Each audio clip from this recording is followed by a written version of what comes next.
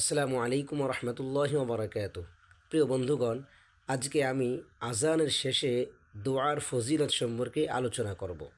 প্রথমত, মুয়াজ্জিন সাহেব যখন আজান দিবেন, আজানের ক্ষেত্রে যেই বাক্যগুলি ব্যবহার করবেন, আমাদের জন্য কর্তব্য হলো সেই বাক্যগুলি উচ্চারণ করা। মুয়াজ্জিন সাহেব যখন বলবেন হাইয়া আলাস সালাহ, হাইয়া আলাল ফালাহ, তখন আমাদের জন্য কর্তব্য হলো লা হাওলা ওয়ালা কুওয়াতা ইল্লা বিল্লাহ বলা।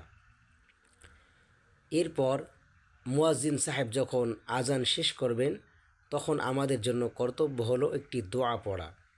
বুখারীর রেওয়ায়াত, দোয়াটি হলো আল্লাহুম্মা রব্বা হাযিহি দাওয়াতি তাম্মা ওয়াস সালাতিল কাইমা আতি মুহাম্মাদানিল ওয়াসিলাতা ওয়াল ফাদিলাহ ওয়াবআসহু মাকামান মাহমুদানিল্লাযী ওয়া'আদতাহু। আল্লাহ নবী সাল্লাল্লাহু আলাইহি সাল্লাম বলেন, আজানের পরে যদি কোনো ব্যক্তি এই দোয়াটি পাঠ করে, হাল্লাত লাহু শাফাআতি ইয়াউমাল কিয়ামা, সুবহানাল্লাহ, কিয়ামত দিবসে সেই ব্যক্তি আমার শাফাআত লাভের অধিকারী হবে, সুবহানাল্লাহ।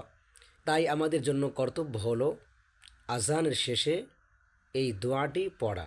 দোয়াটি হলো আল্লাহুম্মা রব্বা হাযিহি দাওয়াতি তাম্মা ওয়াস সালাতিল কাইমা আতি মুহাম্মাদানিল ওয়াসিলাতা ওয়াল ফাদিলা ওয়াবআসহু মাকামান মাহমুদানিল্লাযী ওয়া'আদতাহু।